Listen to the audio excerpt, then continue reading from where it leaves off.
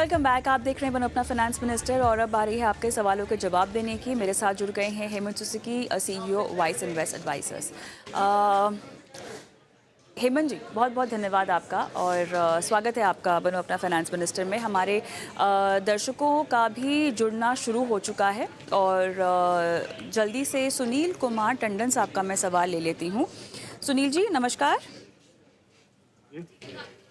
आपको मेरी आवाज़ आ रही है सर? जी हाँ मैम, आपकी आवाज़ आ रही है। सर 15 लाख रुपए आपको इन्वेस्ट करने हैं 5 साल के लिए और जी आप जानना चाहते हैं कि कितना आप कमा पाएंगे।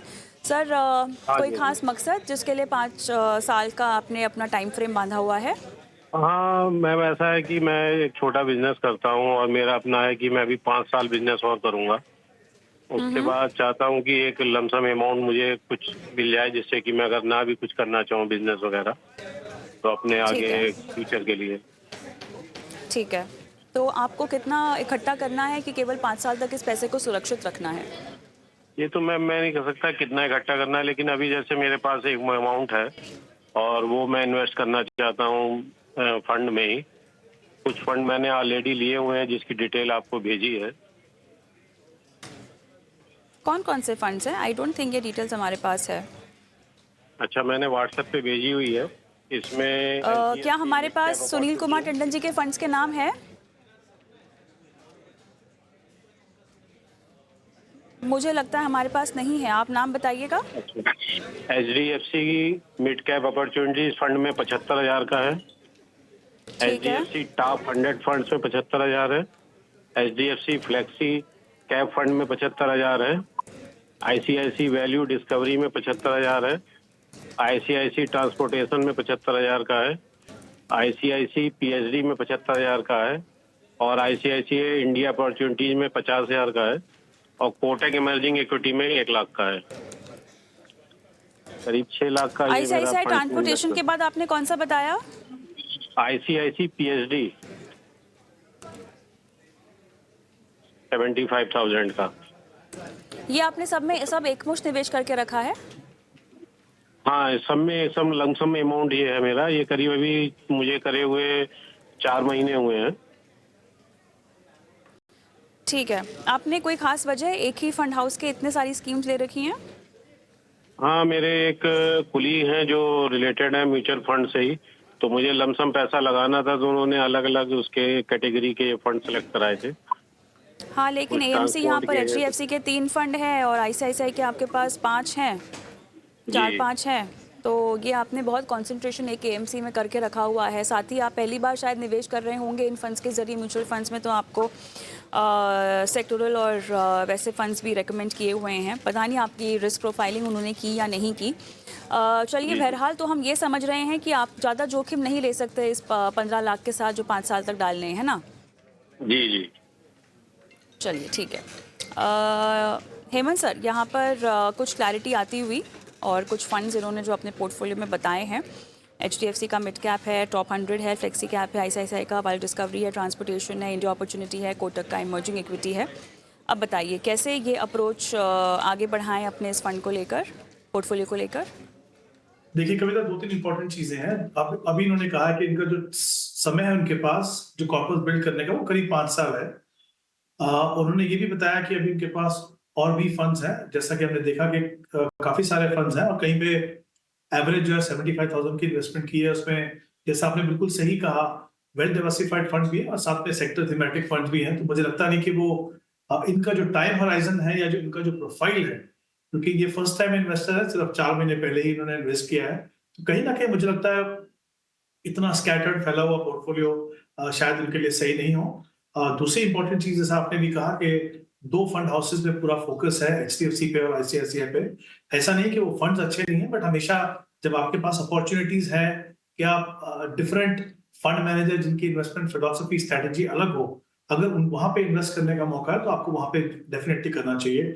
तो पहले तो मैं कहूंगा कि क्योंकि 5 साल का समय है, सुनने में लगता है कि 5 साल का काफी लंबा समय है, बट इक्विटी जैसे एसेट क्लास के लिए बहुत लंबा समय नहीं है। और दूसरा, इनको लमसम पैसा इन्वेस्ट करना है, तो मेरा ये मानना है कि इनका जो ओवरऑल पोर्टफोलियो है, शायद जो पहले वाला है उसको भी थोड़ा सा रीबैलेंस करें। उसमें से जो फ्लेक्सी कैप फंड है, जो मिड कैप फंड है, एचडीएफसी मिड कैप है, या तो फिर HDFC फ्लेक्सी कैप है, इवन ICICI का डिस्कवरी भी कुछ हद तक वो रख सकते हैं। बट बाकी जो बड़ी जो इन्वेस्टमेंट इनको करनी है, मुझे लगता है एक हाइब्रिड और इक्विटी दोनों का मिक्स होना चाहिए। क्योंकि हम ये बात सही है कि हमने देखा कि मार्केट की परफॉर्मेंस अच्छी है, अभी चीजें थोड़ी सेटल हो रही हैं, मार्केट जो नई गवर्नमेंट है उसने भी ओथ लिया है, अभी देखते हैं कौन कैसी मिनिस्ट्री होती है, बजट में क्या आता है, तो कुछ समय अभी भी थोड़ी वॉलेटिलिटी रहने की पूरी उम्मीद है और रहेगी भी शायद। तो आई थिंक ये सबको देखते हुए मुझे लगता है 2 हाइब्रिड फंड जो जो इनको बाकी पैसा लगाना है अभी जो, और एक इक्विटी फंड मुझे लगता है बिल्कुल सही रहेगा। एक बैलेंस एडवांटेज फंड ले लें, ICICI प्रू बैलेंस एडवांटेज, जहाँ पे 5 लाख रुपए इन्वेस्ट करें। एक हाइब्रिड फंड जिसमें करीब 65-70% इक्विटी बाकी डेट है, वो कोटक इक्विटी हाइब्रिड ले सकते हैं। और एक फ्लेक्सी कैप फंड, पराग पर एक फ्लेक्सी कैप, वो इसलिए एक तो कंसिस्टेंट परफॉर्मर है, दूसरा थोड़ा पैसा जो है वो यूएस मार्केट में भी लगता है। तो पहले वाले जो पोर्टफोलियो है उसको थोड़ा सा कंसोलिडेट करें, और ये जो इन्वेस्टमेंट है इसको एक मिक्स बनाएं, एक हाइब्रिड और इक्विटी का। और इंपॉर्टेंट चीज जैसे मैंने कहा, पूरा पैसा एक साथ मत लगाइए, कुछ पैसा अभी लगाइए, कुछ थोड़ा सा बजट के बाद लगाइए।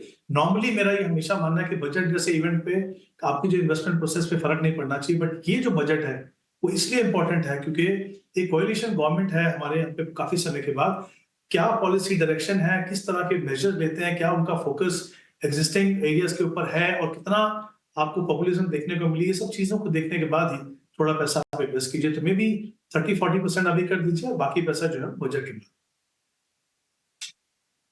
चलिए, बहुत बढ़िया, काफ़ी विस्तार से आपको पूरा पोर्टफोलियो का बंटवारा बता दिया है सुनील जी। और कोई सवाल पूछना है? मैं इसमें ये जान सकता हूँ कि अगर मैं अभी ना लगा के सीधे बजट के बाद ही, अभी सर ने जैसे बताया कि 40% अभी और 60%, अगर मैं बजट के बाद ही लगाऊं तो क्या एक मुश्त तब लगा सकता हूँ? तब भी शायद आपको थोड़ा स्टैगर तो करना ही होगा अपने निवेश को, एक साथ तो आपको नहीं लगाने में समझदारी होगी। बहरहाल हेमंत जी बताइए, आप क्या कहेंगे? आ सकते हैं, बट मेरा ये मानना है कि जैसा मैंने कहा कि देखिए सरकार तो बनी है, तो ऑब्वियसली जो मार्केट में जो वॉलेटिलिटी थी वो तो कुछ हद तक थोड़ी थमी है, बट क्योंकि बजट एक इंपॉर्टेंट इवेंट है तो मेरा ये मानना था कि कुछ पैसा आप अभी लगा दें और कुछ पैसा बाद में, क्योंकि दोनों डायरेक्शन में वो आपको प्रोटेक्शन देता है। अगर मार्केट ऊपर भी गया तो एटलीस्ट कुछ पैसा आपका जो ऑलरेडी इन्वेस्टेड होगा, और अगर मार्केट नीचे भी गया, मान लीजिए वॉलेटिलिटी हुई भी, तो फिर आपके पास मौका है एटलीस्ट 60% पैसे को नीचे के लेवल पे लगाने के लिए। तो मुझे लगता है थोड़ा सा बैलेंस करके चलिए, इसलिए मैं आपको सजेस्ट कर रहा हूँ कि आप थोड़ा पैसा अभी लगाए और बाकी पैसा जो बजट के। दर्शक पीनल पटेल हमारे साथ हैं, नमस्कार पटेल साहब, नमस्कार, आवाज आ रही है? हाँ हाँ, हेलो हेलो, आपको मेरी आवाज आ रही है? नमस्कार। जी हाँ आ रही है, नमस्कार। ठीक है मैम, आपके पोर्टफोलियो में 9 फंड्स हैं। जानना है मुझे, फंड का व्यू तो आपको बता देंगे, आप कितना निवेश कर रही हैं और कितने साल तक करना चाहेंगी, कुछ आइडिया है? हाँ, लास्ट 5 ईयर से मैं इसमें पर मंथ 12,000 दे रही हूँ SIP में, और सारे अभी 10 फंड्स साल में तक करना है। सारे फंड्स में 12,000 रुपए की सब टोटल 9 फंड के हो के 12,000 है। ठीक है, और कब तक करना चाहती हैं मैम? अभी 10 साल और। कोई खास लक्ष्य है आपका? यहाँ 10 साल के बाद घर बनवाना है। तो मतलब कितना कॉर्पस कितना इकट्ठा करना चाहती हैं मैम उसके लिए? ये तो कोई इतना लक्ष्य है नहीं कि इतना ही चाहिए, लेकिन ये जो मेरे फंड है वो सही है, इसमें मुझे कुछ बदलाव करना चाहिए, ये भी चाहिए था एक्सपर्ट से आज। ठीक है, वो बता देंगे। अगर आपका कोई लक्ष्य होता तो उस लक्ष्य के लिए आप कितना कम पड़ पाएंगी, आपका निवेश कितना कम होगा, वो भी आपको हम बता सकते थे। बहरहाल आपके फंड्स चेक कर लेते हैं एक बार। हेमंत जी बताइएगा। यहाँ पे सबसे इम्पोर्टेंट एस्पेक्ट है, जैसा उन्होंने कहा कि 12,000 की शायद वो इन्वेस्टमेंट कर रहे हैं, 9 फंड है इनके पास, तो एक तो मुझे लगता है डेफिनेटली इसमें स्कोप है कि इसको थोड़ा कंसोलिडेट किया जाए। दूसरा मेरा ये मानना है, हालांकि ये पिछले 5 साल से इन्वेस्ट कर रहे हैं, मुझे लगता है कैटेगरीज जो उन्होंने चुनी है वो सही है, बट उससे बेहतर फंड जो है इनके पास है। तो जब आप कंसोलिडेशन कर ही रहे हैं तो फिर मुझे लगता है कि थोड़े से ऐसे फंड को देखिए जहां पे पोटेंशियल हो बेटर रिटर्न का, जहां पे बेटर क्वालिटी पोर्टफोलियो हो और कंसिस्टेंसी थोड़ी ज्यादा हो। तो एक इनके पास ELSS फंड है, निपॉन ELSS फंड, वो आप कंटिन्यू कर सकते हैं। और बाकी जो फंड्स हैं उसमें मैं चाहता हूं कि एक इनके पास मल्टी कैप फंड हो, जैसा मैंने बात की कि कोटक मल्टी कैप फंड को वो देख सकते हैं। एक फ्लेक्सी कैप फंड हो, जो पारंपरिक फ्लेक्सी कैप की हमने बात की। एक मिड कैप और स्मॉल कैप कैटेगरी के अंदर निप्पॉन इंडिया, मोतीलाल ओसवाल का मिड कैप फंड और क्वांट का स्मॉल कैप फंड, ये जो फंड्स हैं मुझे लगता है आप कंसोलिडेट कीजिए। आपके पास 5 फंड रहेंगे, अच्छे फंड्स हैं, अच्छी परफॉर्मेंस है, और आई थिंक पोर्टफोलियो को मॉनिटर करना भी थोड़ा आसान होगा। तो डेफिनेटली जरूरत है कंसोलिडेशन कीजिए। और अच्छी बात यह है आपके पास अभी समय है, और अगर आप समय रहते पोर्टफोलियो को ठीक करेंगे तो उसका फायदा आपको ओवर द लॉन्गर पीरियड काफी मिलेगा। चलिए, आपको ये सलाह मिलती हुई कोई और आपको सवाल पूछना है? नहीं नहीं मैडम, बस मैं इतना जानना चाहती थी कि अभी मुझे सर ने जो बताए हैं 4-5 फंड, उसमें और निवेश करना है। जी हेलो। जी, और जो मेरे निप्पॉन इंडिया existing है LSS tax saver. Okay okay. चलिए, आपको सलाह वैसे स्क्रीन पे भी फ्लैश हो रखी है, तो आप यूट्यूब पर भी जा सकती हैं चैनल के, और वहाँ पर आप जो है सलाह देख सकती हैं अगर आपने कोई नाम नोट डाउन नहीं किया हो तो। जयशंकर जी का मैं सवाल लूँगी, और इन्होंने यूट्यूब के ज़रिए सवाल भेजा है। हेमंत सर, एक्सिस का small cap, Parag Parikh flexi cap, HDFC Nifty mid cap, ICICI Pru blue chip, ICICI Pru focused equity है इनके पास, लमसम उसमें निवेश कर रखा है। बाकी में ये एसआईपी कर रहे हैं। हमारे पास बहुत जानकारी नहीं है, इनको केवल रिव्यू करवाने हैं सर अपने फंड्स को, कितने समय तक के रुकना चाहते हैं उसकी भी जानकारी नहीं दी है। बहरहाल उम्मीद करते हैं कि कम से कम 3 साल से ज़्यादा का ही नज़रिया हो। जी कविता, आई थिंक इक्विटी फंड में इन्वेस्ट करें तो अगर हम ये अज्यूम करके चलें कि थोड़ा लंबा समय है इनके पास, इनके पोर्टफोलियो का अगर हम एनालाइज करें तो इनके पास 5 फंड्स हैं। 4,100 रुपीज पर मंथ की ये एसआईपी कर रहे हैं, और उसमें 4 फंड्स हैं। और एक फंड है जिसमें लमसम किया उन्होंने, ऐसे फोकस फंड, जिसमें 15,000 उन्होंने एक लमसम अमाउंट इन्वेस्ट किया हुआ है। जाहिर सी बात है जितनी इनकी इन्वेस्टमेंट है अभी, उसके हिसाब से अगर हम सिर्फ इंडिपेंडेंटली वहां से देखेंगे तो मुझे लगता है कि डेफिनेटली पोर्टफोलियो में कंसोलिडेशन करने की जरूरत है। बट अगर हम ये मान के चलें, क्योंकि इन्फॉर्मेशन नहीं है, अगर हम ये मान के चलें कि यहाँ से ये और भी पैसा बढ़ाएंगे, एसआईपी की अमाउंट बढ़ाएंगे, तो फिर मुझे लगता है ये पोर्टफोलियो को बने रख सकते हैं। एक ही फंड मैं रिकमेंड करना चाहूंगा, जैसे एक्सिस का जो स्मॉल कैप फंड है उसकी जगह में अगर ये निप्पॉन इंडिया स्मॉल कैप ले लें। बाकी फंड सही हैं, ज्यादा हैं, बट मैं इसलिए कह रहा हूँ कंटिन्यू कर सकते हैं कि ये उम्मीद से कि ये शायद इनके पास ये आगे जाके कैपेसिटी हो कि और पैसा बढ़ा सके, तो इन्हीं फंड्स के अंदर अपने पैसे को एडिशन कीजिए। राकेश सिंह का मैं सवाल लूँगी एक और बार। ये भी ये सवाल जो कि यूट्यूब के ज़रिए आया है। दरअसल बहुत दर्शक हमें यूट्यूब के ज़रिए अपने सवाल भेजते हैं, और उस सवाल में एक आम बात ये देखी गई है कि सब अपने केवल फंड्स के नाम दे देते हैं, हमें ये नहीं बताते कि वो कितने साल तक इसमें रुकना चाहते हैं या किस लक्ष्य के लिए उन्होंने ये पैसे निवेश किए हैं। गुजारिश तमाम यूट्यूब के दर्शकों की यही है कि अपने सवाल तो हमें भेजिए, लेकिन साथ ही कुछ जानकारी देंगे तो आपको हम सही और सटीक सलाह भी दे पाएंगे। राकेश सिंह के पोर्टफोलियो में HDFC mid cap, HDFC multi cap, Nippon small cap, SBI small cap, SBI technical opportunities और एसबीआई हाइब्रिड लमसम निवेश किया हुआ है। उसमें एसबीआई निफ्टी नेक्स्ट 50 और मिराई मल्टी कैप इनके पास है, उसमें भी लमसम निवेश किया हुआ है।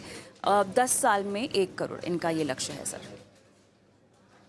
हाँ देखिए, अगर इनकी भी अगर हम देखें कि जो एसआईपी जो कर रहे हैं, आई थिंक 15,000 की एसआईपी है इनके पास, 10 साल का समय है, 1 करोड़ का कॉर्पस बनाना चाहते हैं। तो अगर ये करंट इन्वेस्टमेंट अगर ये कंटिन्यू करते हैं तो करीब करीब 44 लाख का कॉर्पस बनेगा इनके पास। 1 करोड़ के टारगेट तक पहुंचने के लिए करीब 23,000 रुपीज की एडिशनल एसआईपी करने की जरूरत है। फंड्स इनके पास काफी है, तो मुझे लगता है थोड़ी सी यहाँ पे भी कंसोलिडेशन करने की जरूरत है। जो फंड मुझे लगता है कि ये अपने पोर्टफोलियो में इनके पास है और उसमें बने रह सकते हैं, वो है HDFC mid cap opportunity, HDFC multi cap और Nippon small cap, SBI Nifty 50, ये रख सकते हैं। बाकी जो फंड्स हैं मुझे लगता है कि वहां से अगर वो उसको डिसकंटिन्यू करके कुछ और फंड लेने, जैसे एक फंड डेफिनेटली जो मिसिंग है मुझे लगता है कि कैटेगरी वाइज, वो है लार्ज एंड मिड कैप। वो डेफिनेटली वो कंसिडर कर सकते हैं वहां पे, मोतीलाल ओसवाल की लार्ज एंड मिड कैप। और कुछ पैसा जो है तो जैसे एचडीएफसी मल्टी कैप और एसबीआई निफ्टी 50 नेक्स्ट 50 में, उसमें आप थोड़ा सा ऐड कर दीजिए। तो होगा क्या कि आपके फंड भी थोड़े कम हो जाएंगे, और जिस तरह का एलोकेशन डिफरेंट सेगमेंट्स का आपके पोर्टफोलियो में होना चाहिए वो भी आपके पास मिलेगा। तो मुझे लगता है कुछ चेंजेस कीजिए, कुछ फंड्स में आपको जैसा मैंने कहा बंद करना है, और अगर अपने लक्ष्य तक पहुंचना है तो 23,000 रुपए से आपको अपनी एसआईपी बढ़ानी होगी। कोशिश कीजिए जितना जल्दी कर सके, ताकि आपको समय रहते वहां तक जो एडिशन करेंगे उसका फायदा। चलिए आगे बढ़ते हैं, और रवि कुमार का हम सवाल लेंगे, ये भी यूट्यूब से है। 5 साल में इनको चाहिए 10 लाख रुपए। HDFC small cap, quant flexi cap, quant small cap, SBI Contra, SBI Nifty next 50। Again हमारे पास इतनी डिटेल्स हैं। 5 साल में 10 लाख रुपए इस निवेश से इनको कमाने हैं। देखिए कविता, अगर ये अपनी जो करंट SIP है 7,500 5 साल का समय अगर ये कंटिन्यू करते हैं तो करीब करीब 6 लाख का कॉर्पस बना पाएंगे। क्योंकि इनका टारगेट जो है वो 10 लाख का है, तो उनको करीब 4,500 रुपए से अपनी SIP को बढ़ाना होगा। बहुत लंबा समय नहीं है, तो जितना जल्दी हो सके उतनी अपनी इनको रकम बढ़ानी पड़ेगी। एग्जिस्टिंग फंड में मुझे लगता है 3 फंड जो है वो रखें। HDFC स्मॉल कैप में 2,000, थोड़ा सा कंसोलिडेशन कर रहा हूं मैं यहाँ पे। क्वांट फ्लेक्सी कैप में 3,500 और SBI निफ्टी 50 में 2,000। इस तरीके से इनकी होगी। और एक फंड जो मैं चाहूंगा कैटेगरी अपने पोर्टफोलियो में शामिल करें, जैसे मैंने पहले भी जिक्र किया, वो मल्टी कैप फंड है। वहां पे ऑलरेडी मैंने एक फंड की बात की, जैसे कोटक मल्टी कैप, उसको आप ऐड कर सकते हैं। वो पूरा का पूरा 4,500 जब भी वो बढ़ाएं उसके अंदर कीजिए, तो एक मल्टी कैप फंड भी आपके पोर्टफोलियो में ऐड हो। राइट, सवाल तो हमारे आज के लिए ख़त्म हो चुके हैं, लेकिन चलिए आगे बढ़ते हैं और सीधा रुख कर लेते हैं निवेश के गुरु मंत्र की ओर।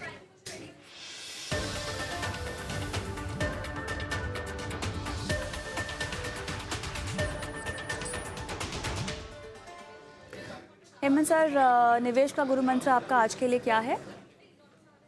कविता, मैं कहना चाहूंगा कि हमने देखा है पिछले काफी समय से, और अभी भी आपने थोड़ी देर पहले बात की कि सेक्टर थीमेटिक फंड में रिटेल इन्वेस्टर का रुझान काफी बढ़ गया है।